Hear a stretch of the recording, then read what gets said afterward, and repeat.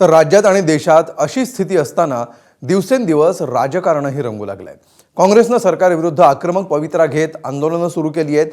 तर राज्य सरकार काय उपाययोजना करणार असा प्रश्न विरोधक फडणवीस सरकारला विचारू लागलेत। गॅस सिलेंडरच्या टंचाईची धग संसदेतही जाणवू लागली आहे।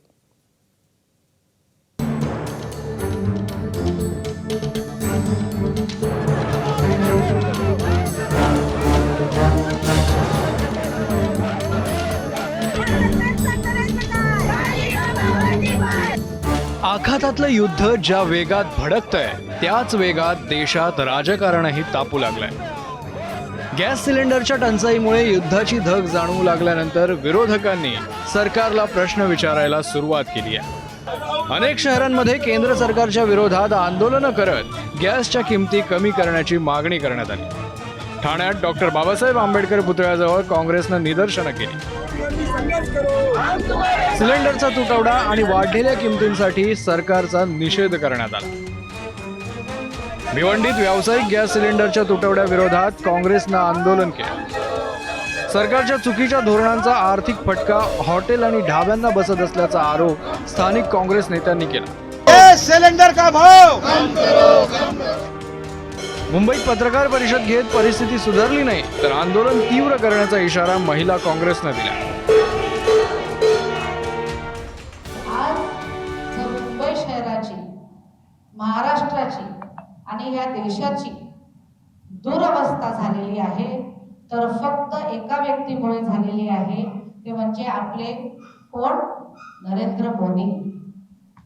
PM is compromised. तर ही जनता, काँग्रेस पार्टी, महिला काँग्रेस त्याचा निषेध करत आहे आणि ह्या निषेधास आम्ही इथे बसलेलो आहोत। तीव्रतेने हा निषेध सुरू राहणार आहे आणि आम्ही प्रश्न विचारणार आहोत की पीएम मोदी इज कॉम्प्रोमाइज्ड व्हाय?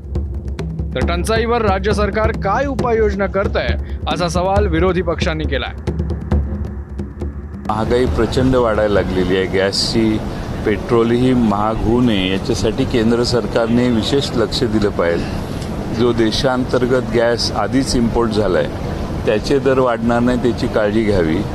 महागड्या दराने जर आयात केला गॅस इथनं पुढं तर आपण समजू शकतो, पण ऑलरेडी जो या देशाच्या आत आलेला गॅस आहे, या देशाच्या अंतर्गत आपल्या ताब्यात आहे, त्या गॅसच्या किमती वाढणार नाहीत याच्यासाठी सरकारने त्याच्यावर नियंत्रण आणलं पाहिजे। एका बाजूला गॅसमुळे छोटे छोटे जे लघु उद्योग आहेत, मग तो चिक्की बनवण्यापासून असेल किंवा पॅकेजिंग करण्यापासून असेल किंवा इमिटेड ज्वेलरी असेल, अनेक असे जे आहेत छोटे छोटे व्यवसाय, त्यांचे गेल्या आठवड्याभरापासून त्यांनी कामगारांना घरी बसवलेले आहेत। लोक आता पेट्रोल पंपला लाईन लावत आहेत, कारण गॅस जसे दर वाढलेले तसे पेट्रोलचे पण दर वाढतील असा एक संभ्रम देशभरामध्ये आणि त्याचा राज्यामध्ये झालेला आहे। राज्याने ॲक्शन मोडमध्ये यायला पाहिजे ना। तुम्ही बघितलं असेल इलेक्शनच्या मध्ये, पापा हमारे वॉर रुका डालेंगे, आम्हाला अपेक्षा होती अशातला काहीतरी जादुई गोष्ट होईल, पण ते न होता हे वॉर असं जर लांबलं तर अजून दुष्परिणाम हे आपल्यावरती होणार आहेत आणि सर्वसामान्य लोकांना हाल अपेक्षा सहन करावं लागणार आहेत आणि परत आपल्याला चुलीवरती जेवण बनवण्याचा जे दिवस येतील का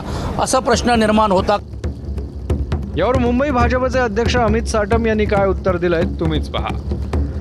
केंद्र सरकार तसेच राज्य सरकार जिओपॉलिटिकल परिस्थिती जी निर्माण होते आहे त्या जिओपॉलिटिकल परिस्थितीवरती नजर ठेवून आहे आणि यामध्ये कुठल्याही प्रकारचा तुटवडा हा आपल्या देशामध्ये, आपल्या महाराष्ट्रामध्ये आणि मुंबई शहरामध्ये भासू नये त्यासाठी ज्या ज्या उपाययोजना करण्याची आवश्यकता आहे त्या उपाययोजना केंद्र आणि राज्य सरकारच्या मार्फत केल्या जात आहेत। मुंबईत विरोधक सरकारला प्रश्न विचारत असताना तिकडे दिल्लीतही इंडिया आघाडीनं आक्रमक पवित्रा घेतलाय। संसद भवनाच्या मकरद्वारावर विरोधकांनी आंदोलन करून गॅस टंचाईकडे लक्ष वेधण्याचा प्रयत्न केलाच, पण लोकसभेतील विरोधी पक्षनेते राहुल गांधींनी यावर चर्चेचा प्रस्तावही दिला। लोकसभा अध्यक्ष ओम बिर्ला यांनी हा प्रस्ताव स्वीकारला आणि गांधींना बोलायची परवानगी दिली। मात्र गॅस टंचाईवर बोलताना गांधींनी एप्स्टीनचं नाव घेतलं आणि सगळंच बिनसलं। We have a gentleman sitting here who is the oil minister. He himself has said that he is a friend of Mr. Epstein. Sir, I'm talking about national. I'm talking about एक minute. oil security, sir. That his daughter has received money from George Soros. जिस विषय का notice दिया था, gas की, देश में gas की कमी के संबंध में नोटिस की प्रति मेरे हाथ में है, और जिस विषय पर नोटिस दिया था मैंने उस विषय पर उनको बोलने का अवसर दिया। अगर आपको किसी पर आरोप लगाना है तो आप नियम 353 के तहत नोटिस दें। मैं अगर इजाज़त देता हूं तो आप बोलें, लेकिन ये तरीका कि आप नोटिस किस विषय पर देते हो और किस विषय पर मुद्दे पर बोलते हो, ये कोई संसदीय आचरण ठीक नहीं है। मैं फिर आग्रहपूर्वक कह रहा हूं, और इस तरीके से संसद नहीं चलेगी, संसद नियम प्रक्रियाओं चलेगी। दुसरीकडे पेट्रोलियम मंत्री हरदीप पुरी यांनी विरोधकांचं समाधान करण्याचा प्रयत्न केला. Hence, in the last 5 days, LPG production has been increased by 28% through refinery directive, and further procurement is actually underway. Modi government's foremost priority is that the kitchen of India's 33 crore families, especially the poor and the underprivileged, do not face any shortage. Domestic supply is fully protected and the delivery cycle is unchanged. The standard time for booking to delivery for domestic LPG cylinders remains 2.5 days unchanged from pre-crisis norm. मंत्री गॅसचं आणि उत्पादन वाढल्याचं आणि टंचाई नसल्याचं सांगतायत, पण प्रत्यक्षात परिस्थिती मात्र वेगळीच दिसते. साठेबाजीमुळे गॅस सिलेंडरची टंचाई निर्माण झाल्याचं हरदीप पुरी यांनी सांगितल्यानंतर आता या साठेबाजांवर कारवाई करण्याची आणि सर्वसामान्यांचे हाल कमी करण्याची जबाबदारीही सरकार पार पाडेल अशी अपेक्षा आहे.